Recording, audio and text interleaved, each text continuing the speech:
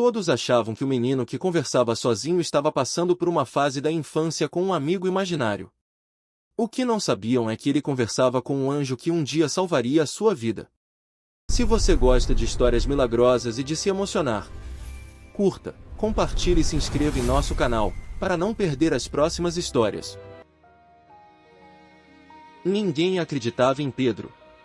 Aos 6 anos de idade, ele falava constantemente sobre seu amigo Rafael, um homem alto, de cabelos dourados, que usava roupas brancas e brilhava como o sol, mas sem machucar os olhos. Rafael brincava com ele no quintal, contava histórias à noite, e às vezes o acordava de madrugada só para mostrar as estrelas pela janela. Mãe, o Rafael disse que hoje vai chover à tarde, anunciava Pedro no café da manhã, e a mãe sorria com aquela paciência exausta de quem já havia ouvido aquilo 1000 vezes. Que bom, meu amor! Agora come seu cereal. E à tarde, invariavelmente, chovia. Os pais de Pedro, André e Mariana, consideravam Rafael uma fase. Um amigo imaginário, como tantas crianças desenvolvem. O pediatra havia assegurado que era perfeitamente normal, um sinal de criatividade saudável que desapareceria naturalmente com o tempo. Mas havia algo diferente sobre Rafael. Pedro sabia coisas que não deveria saber.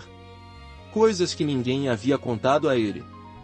Uma vez, perguntou à avó por que ela estava triste com a irmã que morava longe, uma irmã cuja existência ele não deveria conhecer, pois as duas haviam brigado antes do nascimento dele e nunca mais se falaram. Outra vez, avisou ao pai para não pegar o carro na manhã seguinte. André ignorou, foi trabalhar dirigindo, e bateu em um caminhão que avançou o sinal. Nada grave, mas o suficiente para deixá-lo perturbado. Como você sabia? Perguntou André ao filho, ainda com o curativo na testa. O Rafael me contou, respondeu Pedro, como se fosse a coisa mais óbvia do mundo. Ele disse que você ia se machucar, mas só um pouquinho.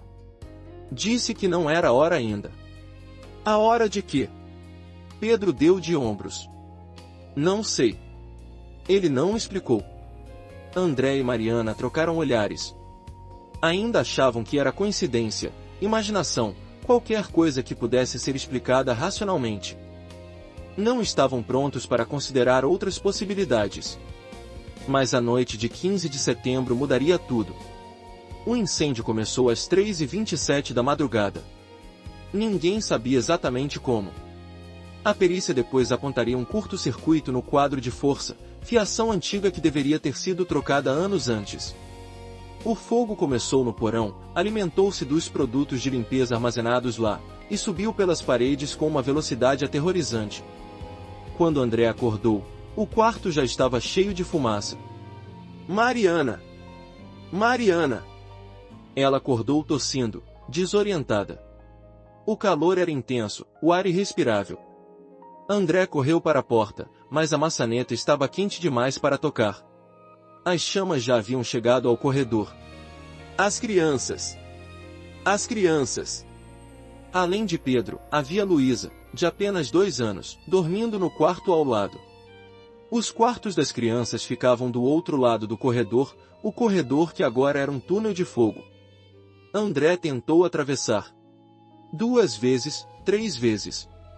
Cada tentativa terminava com recuo forçado, as chamas lambendo sua pele, a fumaça invadindo seus pulmões. Era impossível. Simplesmente impossível.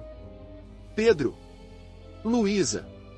Mariana gritava, histérica, enquanto André a empurrava para a janela. Precisavam sair. Precisavam sobreviver. Talvez pudessem alcançar os quartos das crianças por fora, quebrar as janelas, salvá-las antes que fosse tarde demais. Eles pularam do 2º andar, caindo no gramado macio do jardim. André quebrou o tornozelo na queda, mas não sentiu dor, a adrenalina e o desespero anulavam tudo. Mancando, correu para o lado da casa onde ficavam os quartos das crianças. As janelas estavam intactas. As chamas ainda não haviam chegado lá, mas a fumaça era densa. Ele podia ver as silhuetas através do vidro, formas imóveis nas camas. Pedro! Acorda! Pedro! Nada. Nenhum movimento. André pegou uma pedra do jardim e jogou contra a janela do quarto de Pedro. O vidro estilhaçou. A fumaça escapou em uma nuvem negra, e André se preparou para escalar, para entrar, para fazer qualquer coisa. E então, viu. O quarto estava vazio. A cama estava arrumada, os lençóis dobrados, como se ninguém tivesse dormido ali. Nenhum sinal de Pedro. Não. Não. Mariana chegou ao seu lado, viu a cama vazia, e soltou um grito que André nunca esqueceria. Um grito de mãe que acha que perdeu o filho. Eles correram para a janela do quarto de Luísa. O vidro ainda estava inteiro. André o quebrou com as próprias mãos, ignorando os cortes profundos que rasgaram sua pele.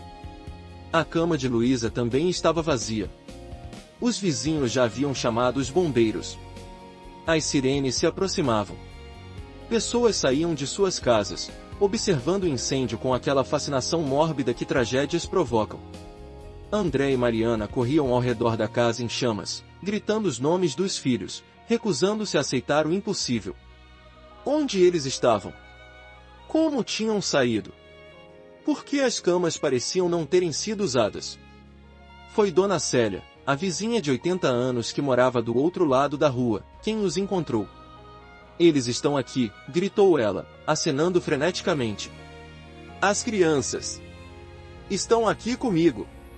André e Mariana correram. Na varanda da casa de Dona Célia, sentados calmamente em um banco de madeira, estavam Pedro e Luísa. Ilesos. Sem um arranhão, sem uma marca de fumaça, sem qualquer sinal de que haviam estado em uma casa em chamas segundos antes. Mariana caiu de joelhos e abraçou os dois com uma força que provavelmente os machucou, mas nenhum deles reclamou. André juntou-se ao abraço, chorando como não chorava desde a infância. Como? Conseguiu perguntar quando finalmente encontrou voz. Como vocês saíram? Como chegaram aqui? Pedro olhou para o pai com aqueles olhos grandes e inocentes. O Rafael me acordou. Disse que tinha fogo e que precisávamos sair. Pegou a Luísa no colo e me levou pela mão. Passamos pelo corredor, mas não estava quente. Estava, brilhante.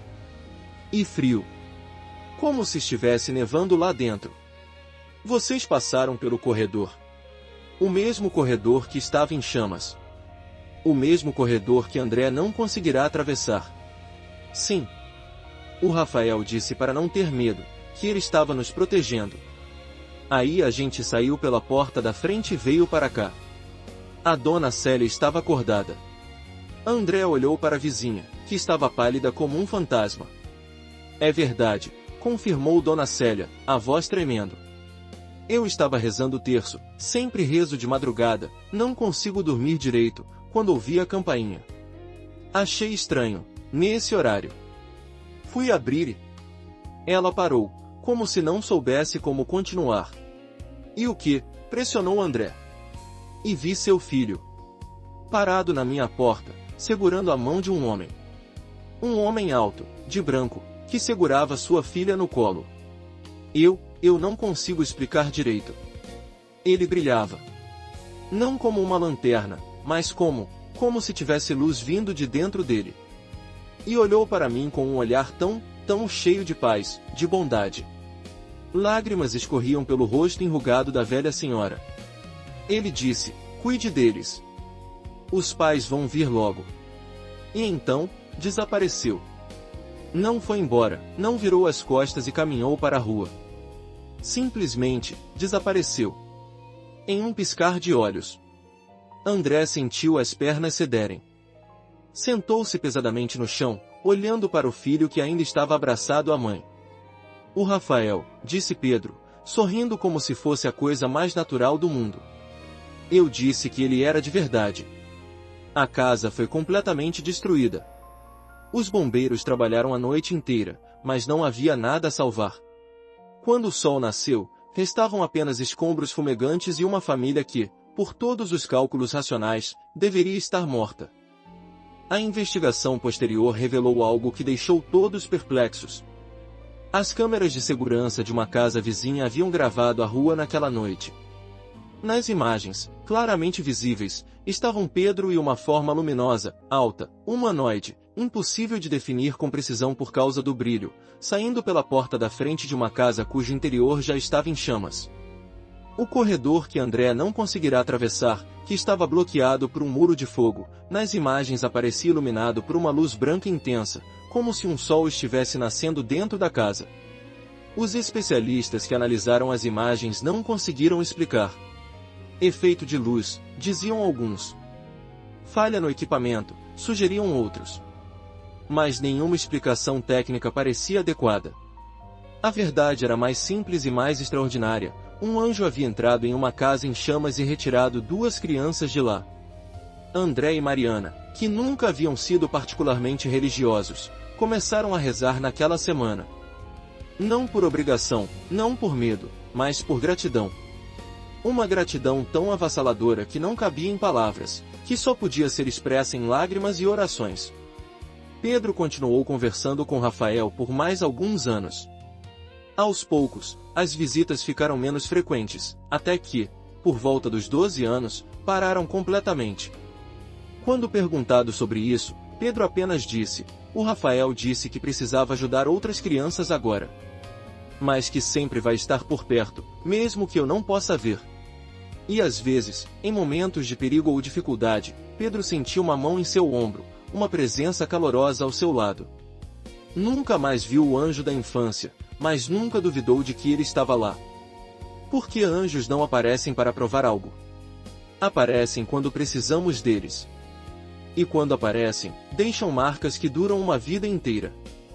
Anos depois, quando Pedro já era um homem adulto com filhos próprios, seu filho mais velho começou a falar sobre um amigo que ninguém mais podia ver. "Pai", disse o menino de 5 anos, "o Gabriel disse que você conheceu o tio dele quando era pequeno." Pedro sentiu um arrepio percorrer sua espinha. "O tio dele?" "É, o Rafael.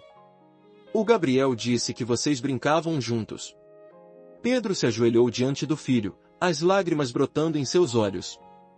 "Filho, o Gabriel, como ele é?" "Ele brilha, pai.